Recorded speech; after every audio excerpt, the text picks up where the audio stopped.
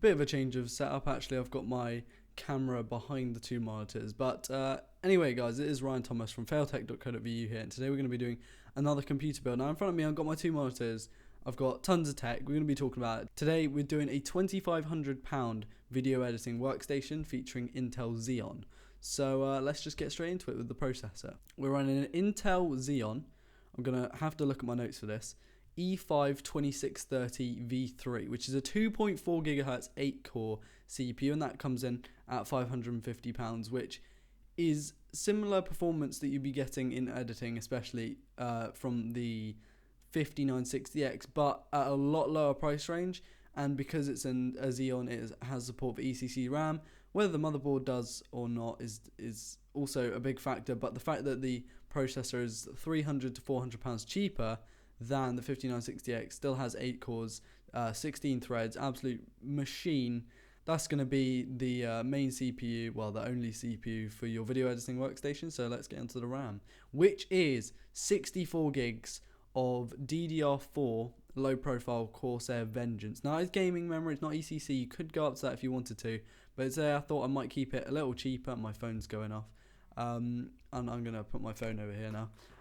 Yeah, that it's a little bit cheaper, and also it's not as kind of high end. The whole system isn't as high end as one that we're going to be building hopefully soon. But yeah, 64 gigs, but it's instead of 8x8, it's actually 4x16, which means you can get another 4 or get another kit of this, put it together, and you got yourself 128 gigs of RAM, which is a lot of RAM. That's good stuff right there. I mean, if you can do that, then I commend you, if you can afford that. But there you go, there's the RAM, and that's going to cost you £400. Yeah. Next we have the motherboard, and that is the Asus X99E workstation motherboard. This motherboard is pretty extreme. It has a lot of PCI Express lanes, or specifically the ports themselves. It also has support for 8 DIMMs of memory and a single core, because I couldn't find a motherboard that had a single socket like this one does that supported Xeons, and this was one that popped up. I am using overclockers for everything, guys, so if you want to just check on overclockers for all the stuff, you might find it cheaper, it might be a bit more expensive. I don't know, but I usually use eBuy, but overclockers for my builds ever since I did my first one. Thought I might stick with them to keep all the pricing fair. And now this motherboard is extreme. It's got 7 PCI Express 16x 3.0 slots. It has so many new features that you can learn about in other videos. I might even make a video talking about X99 versus Z170, but it's an extreme platform, and your video editing, you've got all that space. Get yourself some extra, it might not be video editing, but you could add recording capture cards. Get some capture cards maybe, like the Elgato inbuilt one and the Harpog built-in one, and just go ham with that. Okay, so mentioning expansion cards, let's talk about the graphics card. Now, I could have gone with a Titan X, could have gone with a 980 Ti. I decided not to go with any of that. I decided to go with a GTX 970 Turbo. Why? Because I think that this is a good card. I think this is a very high-end card. It's got 4 gigs of video RAM. It is definitely a high-end card.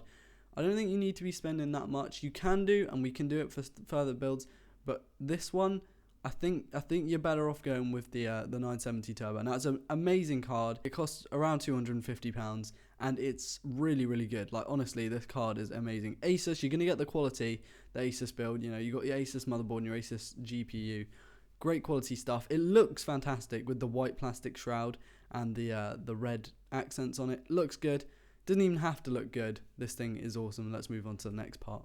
A bit boring, we've got an EVGA Supernova G2 750 watt power supply. This is overkill to the extreme.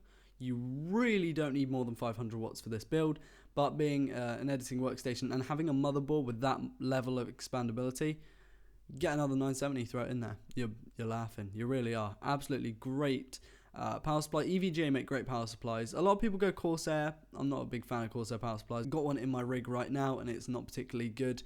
But no, EVGA make high quality power supplies, and it's a good deal as well. I think this one is £100, so £100 for 750 watt of goodness. Okay, this is an SSD. This is something, I love SSDs. SSDs are great, and this one is no exception. It's a SanDisk X300 enterprise grade 512 gigabyte SSD. easy boot drive. You've got, your applications like your Vegas, your Premieres, your After Effects, Maya, anything like that. You've got that all on your boot drive quite easily. You could even put, if you're rendering and working with 1080p files, you could actually have some of that on there as a scratch disk, which would be pretty sick. And then the other drives, we have 2 Western Digital Caviar Blacks performance drives. Of course, performance drives. 4 terabytes each. Now, you could put these in a RAID and you could have them set up so one backs up the other if you wanted to.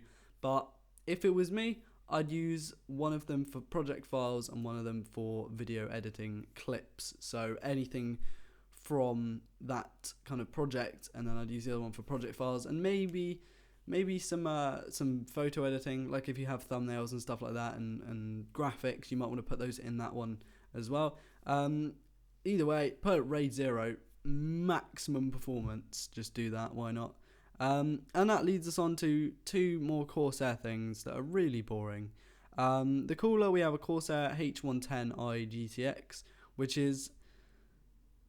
Corsair make decent coolers. I wouldn't have one. I've got a H100i. If I could pick any cooler, I'd go with a Noctua one. But it's a decent cooler. It's 280mm. It's 140mm each fan, and it's a dual fan rad. And finally, we've got the Corsair 900D, the monster of a case. Like, absolutely, build quality through the roof. Size, I could probably sit in it and close the door. Not gonna lie, probably could do that. But then again, it's not difficult.